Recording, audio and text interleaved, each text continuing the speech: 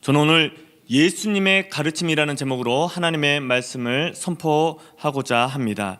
예수님의 가르침에는 핵심이 있습니다. 그것은 바로 천국 복음입니다. 마태복음은 유대인, 특히 팔레스타인의 유대계 기독교인들을 대상으로 선포된 말씀입니다.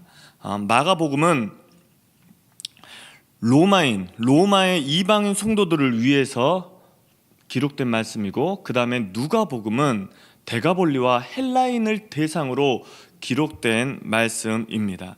공간복음을 기준으로 보면 우리는 어디에 속할까요? 마태복음에 속하겠죠. 초대교회 당시 예수님의 천국복음과 구약의 율법 사이에서 유대인들이 심한 갈등을 하고 있었습니다. 혼란을 겪고 있었던 시대였습니다. 구약에 예언된 우리들이 기다리던 메시아가 바로 예수 그리스도이심을 바로 지금 마태가 기록하고 있었습니다. 예수님께서는 친히 회당에서 구약의 율법만을 배우고 있는 유대인들에게 천국 복음을 가르치고 있는 상황입니다. 여기서 중요한 것은 예수님께서 회당에 직접 찾아갔다라는 겁니다. 그리스도인들은 직접 찾아가야 합니다. 회당이 있습니다. 회당에서 예수님을 부르지 않았습니다. 그곳은 철저히 율법을 배우는 곳입니다. 그런데 예수님께서는 천국 복음을 전하기 위해서, 선포하기 위해서 직접 제자들과 함께 찾아갔다라는 겁니다. 저와 우리 성도님들은 사명이 있다면 그 사명을 가지고 찾아갈 수 있는 은혜가 있길 기도합니다. 유명한 교육학자인 캐리 여사가 현대인들에게 이렇게 경고하고 있습니다. 현대인들에게 세 가지 정신적 죄악이 있다고 말하고 있습니다. 첫 번째는 모르면서도 배우지 않는다는 것입니다. 사람에게 있어서 가장 중요한 기능이 있는데, 가장 중요한 것은 배울 수 있다는 것인데 그 기능을 포기해 버렸다라는 겁니다. 인간은 죽을 때까지 배워야 한다고 말하고 있습니다. 그게 바로 인간의 도리라는 겁니다.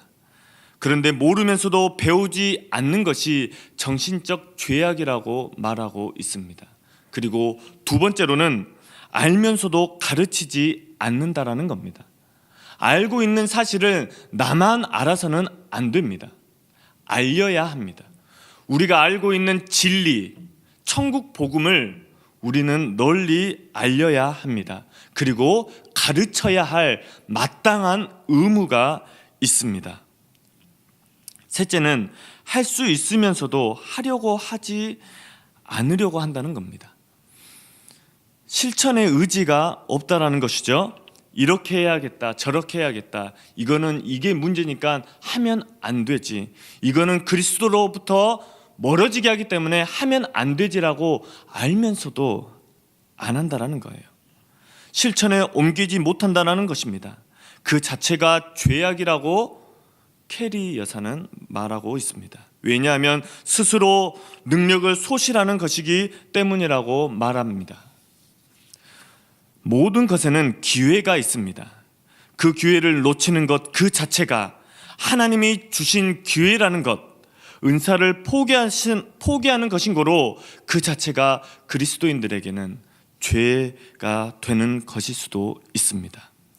천국 복음이 무엇인지 알면서도 가르치지 않는다면 그 자체가 죄악이 되지는 않을까요? 다음 세대에 필요한 것이 무엇인지 나는 분명히 알고 있으면서도 가르치지 않는다면, 실천하지 않는다면, 배우려고 하지 않는다면, 우리 교회에 꼭 필요한 그것이 있는데 꼭 필요한 것이 무엇인지 알면서도 배우려고 하지 않고, 가르치려고 하지 않고, 그 다음에 실천하려고 하지 않는다면 혹시라도 하나님께서 보실 때 그것을 죄라고 보시지 않을까요? 저는 영유아부 전도사입니다. 우리 영유아부에 한 선생님이 계십니다. 제가 정확히는 모르지만 이 선생님은 월요일부터 금요일까지 어린이집에서 아이들을 가르칩니다. 그리고 저녁에는 또한 토요일에는 또 대학원에서 열심히 또 공부를 합니다. 그리고 주일에는 또 영유아부에서 아이들을 가리킵니다. 제가 지금까지 사역하면서 어린이집 선생님이 이렇게 오랫동안 주일학교를 섬기는 선생님은 처음 봤습니다. 저는 정말 이 선생님을 존경합니다. 이 선생님이 특별해서 이렇게 할 수 있는 것일까요? 이 선생님은 피곤하지 않을까요? 막 체력이 강해서 스트레스가 하나도 없어서 이렇게 섬길 수 있는 것일까요? 제가 이 설교를 준비하면서 말씀을 묵상하면서 이 선생님이 생각났습니다. 그런데 이 선생님과 깊은 대화는 해보지 않았지만 저에게 주신 은혜는 이거였습니다. 하나님께서 나에게 주신 사명, 다음 세대를 위해 나의 은사를 주일학교에서 가르치지 않으면 안 된다는 것을 알기 때문에 건강할 때는 더욱더 힘차게 사역하는 모습을 보았습니다. 그리고 몸이 아플 때는 몸이 아픈 가운데서도 기도의 자리, 그 다음에 우리 아이들을 사랑으로 가르치는 그 자리를 포기하지 않는 모습을 끝까지 지키는 모습을 보았습니다. 홍대 세교회가 개척하고 나서부터 지금까지 이 선생님은 겸손히 하나님만 바라보며 다음 세대인 아이들을 사랑으로 가르치고 있습니다. 성도님들 혹시 그 사실 알고 계십니까? 내 몸이 힘들면 교회가 올바로 세워져 가고 있습니다. 세워져 가고 있는 과정 중에 있습니다. 그리고 내 몸이 편하면 공동체가 아닌 조직이 되어가고 있습니다. 되어가고 있습니다. 그리고 교회가 무기력해질 수 있습니다. 하나님께서 나에게 주신 은사와 달란트를 내가 이 세상에서만 사용하고 가르치고 있다면, 주일학교와 교회에서는 침묵하고 있다면 세상은 더 밝아지는 것처럼 보일 수 있을 것입니다. 그런데 교회와 주일학교는 다음 세대는 무기력해질 수 있다는 사실 또한 우리는 잊지 말아야 합니다. 예수님께서는 하나님 아버지의 마음을, 사명을 아셨습니다. 그렇기에 당당히 회당에 들어가서 랍비들과는 다르게 권위 있는 지혜의 말씀으로 천국 복음을 그들에게 가르쳤습니다. 너희가 그토록 기다리던 메시아가 바로 예수 그리스도이심을, 어두움의 밝은 빛을 비추실 분은 오직 예수 그리스도이심을, 죄악에 갇혀서 죄악의 사슬에 묶여있는 너희를 죄에서 자유케 하실 분은 오직 예수 그리스도이심을, 율법이 나에게 참된 행복을 가져다 주는 것이 아니라 회개할 때에 천국의 참된 행복과 기쁨을 누릴 수 있다는 사실을 예수 그리스도께서는 가르치셨다라는 사실입니다. 가르칠 때에 믿고 따르는 자들이 많아지고 변화가 일어나기 시작합니다. 우리 유치부 어린이 한 명이 유치원에 갔는데 한 아이가 유독 교회 자랑을 하더라는 거예요. 이게 오래전에 들어서 정확히 기억나진 않는데 본질적인 건 아니었습니다. 외형적이라는 거죠. 막 자랑을 하더라는 거예요. 그 사이에서 우리 유치부 아이가 옆에 있는 친구에게 너 혹시 교회 다녀? 라고 물었다고 해요. 그러니까 이 아이가 나는 교회 안 다니는데? 라고 말해요. 그러자 이 어린이가 교회 안 다녀? 나는 교회 다녀. 예수님께서 우리 죄를 위해서 십자가에 달려 돌아가셨대. 그리고 다시 부활하셨어. 이 사실을 믿으면 너와 나는 같이 천국에 갈 수 있어. 너 이 예수님 한번 안 믿어볼래? 우리 예수님 같이 믿어보지 않을래? 라고 이야기했다라는 거예요. 그 모습을 본 이 어머니가 하나님께 너무나도 감사했다라는 거예요. 가르침이 있으니까요. 유치부 어린이가 유치원에서 복음을 가르치죠. 사실 우리 교회가 아이들 교육하기에는 환경적으로는 그리 좋지는 않습니다. 그런데 뭐 아이들이 아침부터 저녁까지 예배를 드리죠? 이런 교회는 또 없어요. 아이들이 아침부터 저녁까지 예배를 드리니까 천국 복음으로 말씀으로 강력해지는 것을 볼 수 있습니다. 또한 가르침의 현장에 있으면 변화와 기적이 있습니다. 한 어린이는 출생한 지 3개월부터 이제 또 영유아부 예배에 또 나오기 시작했어요. 거의 결석 없이 출석하고 있는 어린이가 있습니다. 이 어린이는 정말 보기만 해도 은혜와 도전이 돼요. 출생한 지 몇 개월? 3개월. 그렇기 때문에 이 애는 영적 자신감이 일단 충만해요.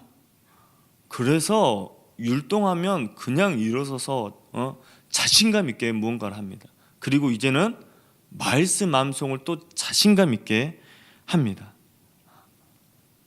예배의 힘, 가르침의 힘과 능력이 있다라는 거예요.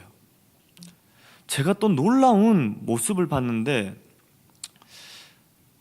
거의 뭐 이 영유아부 무슨 발표처럼 지금 설교가 흘러가고 있는데 또 변화되는 게 있을 거예요. 기다려주세요.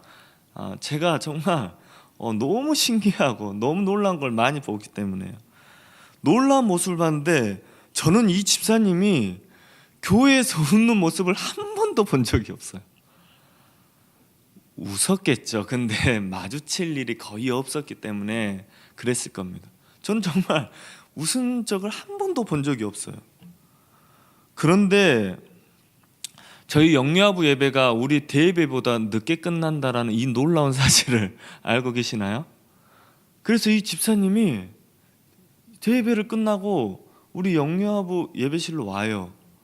그 손녀딸이 예배 드리는 모습을 보려고 밖에서 기다리다가 안 끝나면 들어오세요. 그리고 그 손녀딸을 보면서 너무 행복해하는 거예요. 와, 제가 지금 웃는 것보다 더 행복해하는 거예요. 와, 제가 그 모습을 보고 이야, 너무 은혜가 되더라고요. 이 집사님의 모습 속에 정말 큰 은혜가 있다는 그 모습. 이렇게 자상한 집사님이셨고 자상한 할아버지이셨다는 사실을 제가 그때서야 알았습니다. 한국 교회가 다음 세대가 위기라고 하죠. 위기가 맞습니다. 제가 이제 어제 이제 입관 예배 드리려고 하는데 와, 이게 애들을 보면 진이 빠진대요. 그래서 진짜 힘들대요. 진짜 힘들어요. 그게 사실이에요. 그런데 제가 곰곰이 또 묵상을 해봤는데 할머니들 또 선생님들이 진이 빠지면 빠질수록 내 진이 빠지면 빠질수록 아이들에게는 사랑이 축적된다는 사실을 제가 깨닫게 되었어요. 와, 놀라지도 않네. 이 집사님들과 할머니들이 아이들 앞에서 웃어주면 웃어줄수록 아이들이 같이 밝아지는 거예요. 집사님들과 선생님들 그리고 할머니들의 진이 빠지면 빠질수록 이 아이들에게 다음 세대인 학생들에게는 사랑이 축적되고 있는 시간이라는 거예요. 위기 속에서도 주일학교가 부흥하는 교회가 있습니다. 교회도 매년 부흥하는 교회가 있습니다. 지금 교회가 생명력을 잃어가고 있으면서 이제 성장보다는 내실이 중요하다는 말도 안 되는 소식 이야기를 하고 있어요. 부흥과 성장도 구분을 못하는 영적 무감각의 현실이 되어가고 있습니다. 내실을 따지다가 다음 세대를 잃어버린 곳이 바로 영국과 독일, 유럽의 교회의 모습입니다. 교회가 술집에 팔리고 있습니다. 그리고 조롱거리가 되어가고 있습니다. 학생들은 점점 자기중심적이고 결핍의 시대에서 진화론과 인본주의 사고의 체계에 빠져 멘탈을 빼앗기고 말았습니다. 저는 한국 교회의 마지막 소망의 보루는 주일학교에 있다고 확신을 하는 사람입니다. 하나님께서 우리 할아버지와 아버지의 세대에 주셨던 축복과 은혜가 자자손손 이어지려면 내가 하나님께로 받은 은사대로 교회에서 한 알의 밀알이 되어야 합니다. 우리는 미국 39대 대통령 지미 카터의 이야기를 잘 알고 있습니다. 이 지미 카터 대통령은 고향인 마라나타 교회에서 10대 때부터 91세까지, 지금 94세인데 지금까지 하고 있는지는 정확히는 모르겠습니다. 그런데 91세까지 암투병 중에도 불구하고 주일학교를 섬긴 대통령입니다. 지미 카터 대통령이 이렇게 말했다고 합니다. 내가 할 수 있을 때까지 이 교회에서 주일학교 봉사를 할 것이라고 말했습니다. 그리고 성도들에게는 이렇게 가르쳤다고 합니다.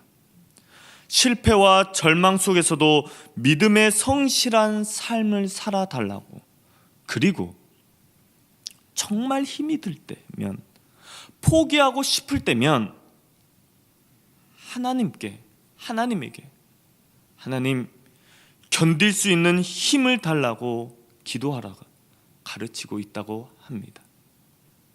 이러한 삶, 91세까지 암투병 중에도 하나님 견딜 수 있는 힘을 주시옵소서. 지금도 말씀과 기도의 가르침이 있는 교회는 생명력이 있고 생명력이 있는 다음 세대가 준비되어지고 있습니다. 모든 역량을 말씀과 기도의 가르침에 주일학교에 집중하고 있습니다. 주님의 은혜와 은사를 받은 한 사람의 헌신적 가르침이 새 역사를 만들어 갑니다. 혹시 우리 성도님들 중에 사도 바울의 신앙과 신학의 핵심이 누구로부터 시작됐는지 알고 있을까요? 알고 계십니까? 쪼라라라라, 맞습니다. 바로 스데반 집사님입니다. 이 스데반 집사님은 사도 바울보다 집안도 학벌도 모든 면에서 부족함이 없었습니다. 사도 바울은 스데반 집사님보다 모든 면에서 앞섰어요. 그런데 앞서지 못했던 것이 딱 하나 있어요. 예수님을 만나기 전 성령과 지혜. 스데반 집사님은 성령과 지혜로 가르침을 시작할 때면 할수록 사람들이 모여들고 그 다음에 이 사도 바울이 그 현장에 있었습니다. 스데반 집사님이 가르치는 곳마다 사도 바울은 그곳에 있었습니다. 스데반을 죽이는 역할을 했지만 또한 가장 큰 가르침을 받은 인물이 바로 스데반 집사님입니다. 그래서 사도 바울의 신앙과 신학의 스승이 있다면 그것은 바로 스데반 집사님이라고 많은 학자들이 이야기하고 있습니다. 우리 성도님들은 지금 누구로부터 가르침을 받고 그 가르침으로 생명을 낳고 있습니까? 예수님께서는 가르치시기 전에 베드로와 안드레와 야고보와 요한을 택하여 제자를 삼았습니다. 예수님의 가르침이 있는 곳에는 제자들이 항상 있었습니다. 예수님께서는 천국 복음을 가르치시고 전파했습니다. 그리고 그 가르침을 보고 그 가르침을 받은 제자들도 똑같이 마태복음 10장부터 한 알의 밀알이 땅에 떨어져 썩어 죽기까지 천국 복음을 전합니다. 그리고 100배의 아니 수치로 계산할 수 없을 만큼 열매를 맺습니다. 왜냐하면 예수님께서는 가르치라고 말씀하시기 전에 예수 그리스도의 권능을, 능력을 부여해 주시기 때문입니다. 여러분이 지금 예수 그리스도의 복음을, 천국 복음을 전하고 계십니까? 그러면 여러분들에게 필요한 모든 능력과 예수 그리스도의 능력과 권세가 지금 함께하고 있는 겁니다. 성령의 지혜가 항상 동행하고 있다는 사실입니다. 마태복음 4장 스토리는 예수님께서 말씀으로 마귀의 시험을 이기시고 구약의 약속의 말씀을 성취하는 본문을 볼 수 있습니다. 천국 복음을 전하며 성령 충만과 지혜로 제자들을 택하셨습니다. 그리고 회당에 직접 찾아가셔서 유대인들에게 율법이 아닌 천국 복음을 선포하셨습니다. 그래서 그곳에 참된 행복과 기쁨이 샘솟도록 천국의 은혜가 하늘에서만 이루어지는 것이 아니라 이 땅에서도 이루어짐을 가르치셨습니다. 그 가르침의 은혜와 은사를 받은 제자들과 사람들은 천국의 행복과 능력으로 내가 받은 은혜와 은사대로 가르치고 전파하며 생명을 낳았습니다. 그것이 바로 예수님의 가르침이셨고 제자들의 삶이었습니다. 그리고 제자들의 능력이었습니다. 예수님은 지금 저와 우리에게 너의 인생에 있어서 핵심이 무엇이냐고 지금 묻고 있습니다. 너는 지금 누구의 가르침을 받고 누구의 능력을 힘입어 살아가고 있냐고 질문하고 있습니다. 그리스도인은, 우리는 예수님께서 핵심으로 삼았던 가르침의 은혜와 은사를 받은 자녀로서 예수님의 가르침을 받은 대로 가르치며 살아가는 동일한 은혜가 있었으면 좋겠습니다. 예수님께서는 저와 우리 성도님들에게도 말씀하고 계십니다. 천국 복음을, 그리고 가르치고 계십니다. 그리고 가르치기 전에 제자들에게 예수 그리스도의 능력을 부여해 주셨던 것처럼 우리 성도님들에게도 능력을 부여해 주셨습니다. 이제 우리는 예수 그리스도의 복음을 들고 찾아가면 됩니다. 찾아가면 수치로 계산할 수 없는 열매를 맺게 될 것입니다. 그 은혜가 함께하길 간절히 기도합니다. 우리 한번 다 같이 일어나셔서 우리 미랄 찬양하고 하겠습니다.